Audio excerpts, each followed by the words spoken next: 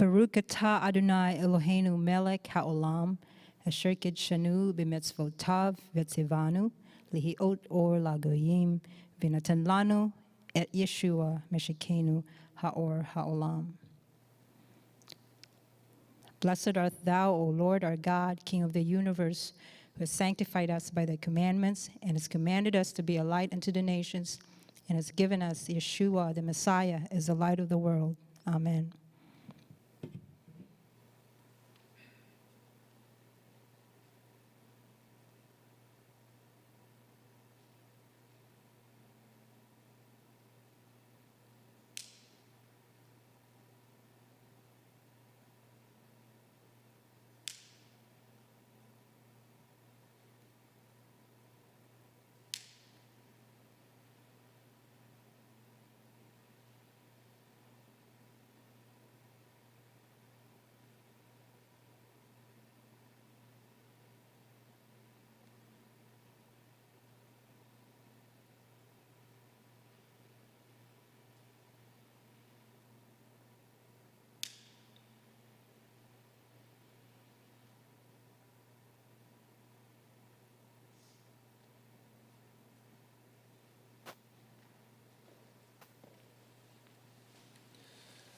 Baruch et Adonai hamvarach, Baruch Adonai hamvarach leolam vayed, Baruch Adonai hamvarach leolam vayed, Baruch atah Adonai Eloheinu melech haolam, asher bakar banu mechol ha'amim, v'natan lanu et Torato.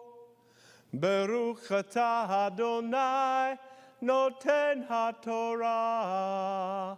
Amen. Bless the Lord, the Blessed One. Bless the Lord, the Blessed One, for all eternity. Blessed are you, O Lord our God, King of the universe, who has chosen us from all peoples and given us his Torah. Blessed are you, O Lord, giver of the Torah. Amen.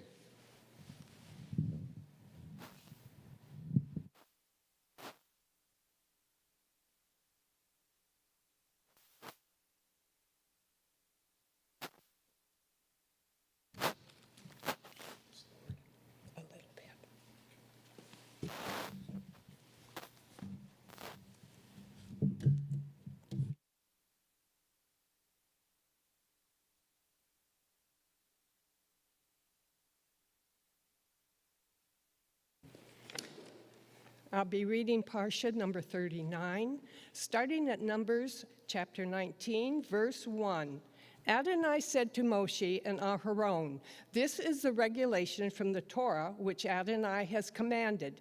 Tell the people of Israel to bring you a young red heifer cow without fault or defect, and which has never borne a yoke. You are to give it to Eleazar the Kohen. It is to be brought outside the camp and slaughtered in front of him. Eleazar the Kohen is to take some of its blood with his finger and sprinkle this blood towards the front of the tent of meeting 7 times. The heifer is to be burnt to ashes before his eyes. Its skin, meat, blood, and dung is to be burnt to ashes. The Kohen is to take cedar wood, hyssop, and scarlet yarn and throw them onto the heifer as it is burning up. Then the Kohen is to wash his clothes and himself in water, after which he may re-enter the camp. But the Kohen will remain unclean until evening. The person who burned up the heifer is to wash his clothes and himself in water, but he will remain unclean until evening. A man who is clean is to collect the ashes of the heifer and store them outside the camp in a clean place. They are to be kept for the community of the people of Israel to prepare water for purification from sin. The one who collected the ashes of the heifer is to wash his clothes and be unclean until evening. For the people of Israel and for the foreigner staying with them, this will be a permanent regulation. Anyone who touches a corpse, no matter whose dead body it is, will be unclean for 7 days. He must purify himself with these ashes on the 3rd and 7th day, then he will be clean. But if he does not purify himself, the 3rd and 7th day he will not be clean. Anyone who touches a corpse, no matter whose dead body it is, and does not purify himself has defiled the tabernacle of Adonai. That person will be cut off from Israel, because the water for purification was not sprinkled on him. He will be unclean. His uncleanness is still on him. This is the law when a person dies in a tent. Anyone who enters the tent and everything in the tent will be unclean for 7 days. Every open container without a cover closely attached is unclean. Also, whoever is in an open field and touches a corpse, whether of someone killed by a weapon or someone who died naturally, or the bone of a person or a grave, will be unclean for 7 days. For the unclean person, they are to take some of the ashes of the animal burnt up as a purification from sin and add them to fresh water in a container. A clean person is to take a bunch of hyssop leaves, dip it in the water, and sprinkle it on the tent, on all the containers, on the people who were there, and on the person who touched the bone, or the person killed, or the one who died naturally, or the grave. The clean person will sprinkle the unclean person on the 3rd and 7th day. On the 7th day he will purify him. Then he will wash his clothes and himself in water, and he will be clean at evening. The person who remains unclean and does not purify himself will be cut off from the community, because he has defiled the sanctuary of Adonai. The water for purification has not been sprinkled on him. He is unclean. This is to be a permanent regulation for them. The person who sprinkles the water for purification is to wash his clothes. Whoever touches the water for purification will be unclean until evening. Anything the unclean person touches will be unclean, and anyone who touches him will be unclean until evening. The people of Israel, the whole community, entered the Zin desert in the 1st month, and they stayed in Kadesh. There Miriam died, and there she was buried. Because the community had no water, they assembled themselves against Moshe and Aharon. The people quarreled with Moshe and said, "We wish we had died when our brothers died before Adonai. Why did you bring Adonai's community into this desert to die there? We and our livestock. Why did you make us leave Egypt to bring us to this terrible place without seed, figs, grapevines, pomegranates, or even water to drink?" Moshe and Aharon left the assembly, went to the entrance of the tent of meeting, and fell on their faces, and the glory of Adonai appeared to them. Adonai said to Moshe, "Take this staff, assemble the community, you and Aharon, your brother, and before their eyes tell the rock to produce its water. You will bring them water out of the rock and thus enable the community and their livestock to drink." Moshe took the staff from the presence of Adonai as he had ordered him.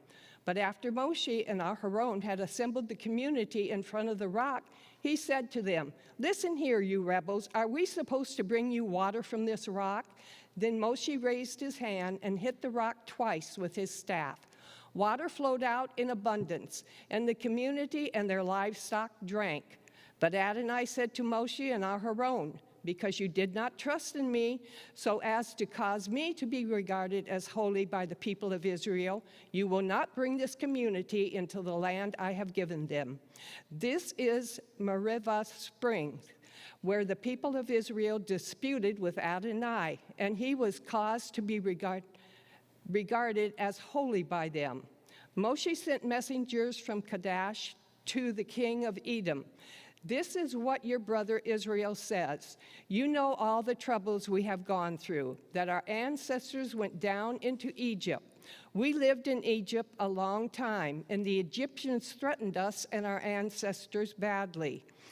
But when we cried out to Adonai, he heard us, sent us an angel, and brought us out of Egypt. Now here we are in Kadesh, a city at the edge of your territory. Please let us pass through your land. We will not go through the fields or vineyards, and we won't drink any water from the wells. We will go along the king's highway, not turning aside either to the right or to the left until we have left your territory." But Edom said, "You are not to pass through my land. If you do, I will come out against you with a sword." The people of Israel replied, "We'll keep to the highway. If we do drink the water, either we or our livestock, we will pay for it. Just let us pass through on foot. It's nothing." But he said, "You are not to pass through." And Edom came out against them with many people and much force. Thus Edom refused to allow Israel passage through its territory. So Israel turned away. They traveled on from Kadesh, and the people of Israel, the whole community, arrived at Mount Hor. At Mount Hor, by the border of the land of Edom, Adonai said to Moshe and Aharon, "Aharon is about to be gathered to his people because he has not entered the land because he is not to enter the land I have given to the people of Israel, inasmuch as you rebelled against what I said at the Meribah spring.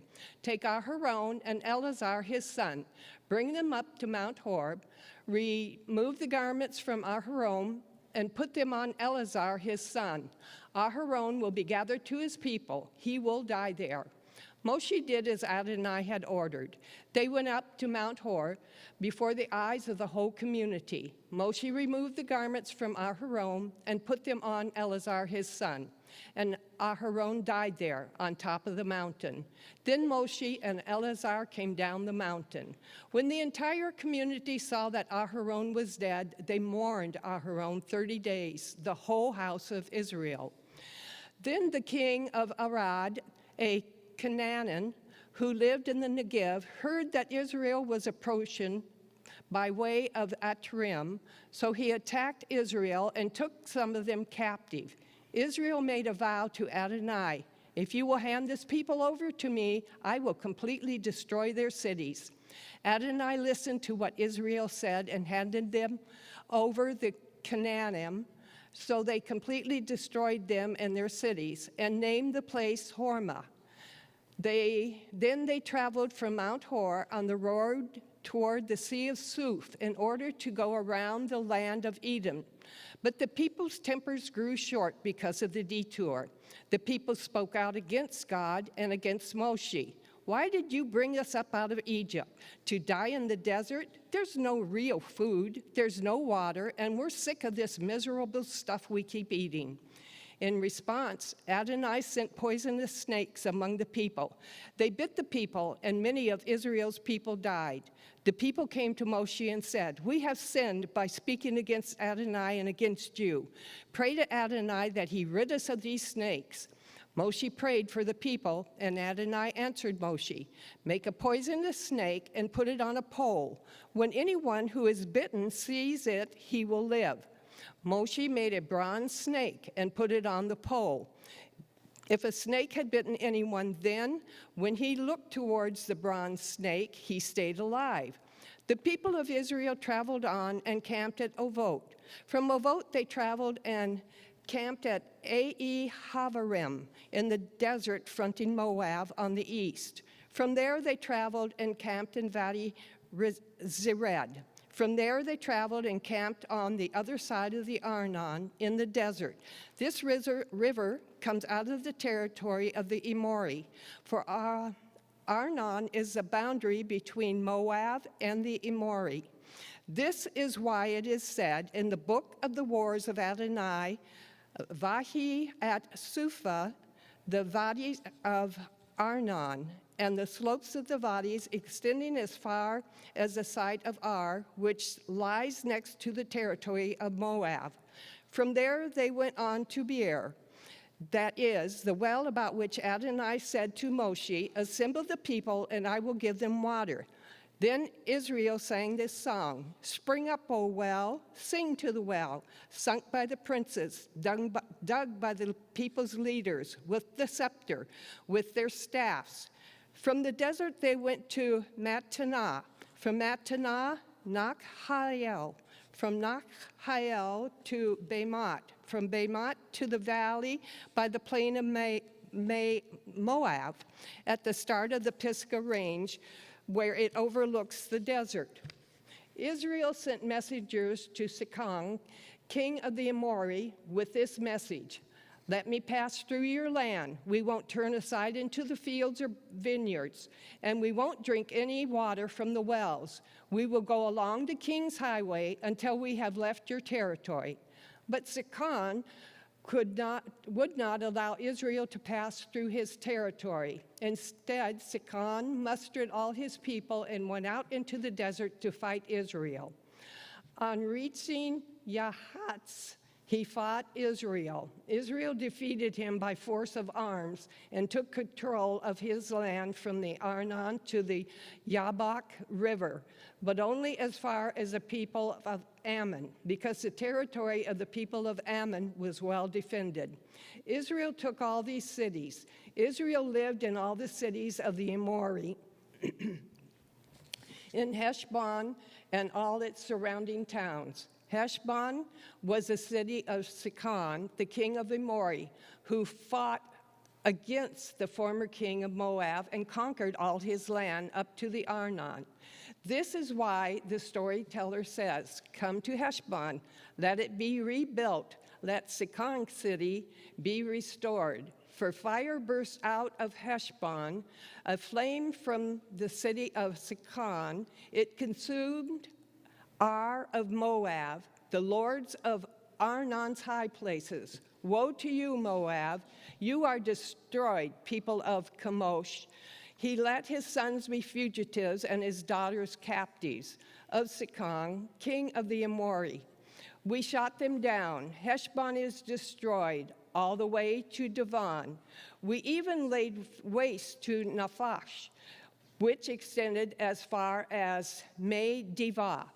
Thus Israel lived in the land of the Amori. Moshe sent men to reconnoiter Yatzir. They captured its towns and drove out the Amori who were there. Then they turned and went up along the road to Bashan, and Og, the king of Bashan, marched out against them, he with all his people, to fight at Edrei. Adonai said to Moshe, "Don't be afraid of him, for I have handed him over to you with all his people and his land. You will treat him just as you did Sihon, king of the Amori, who lived at Heshbon." So they struck him down with his sons and all his people until there was no one left alive, and they took control of his land. Then the people of Israel traveled on and camped in the plains of Moab, beyond the Yarden River, opposite Jericho.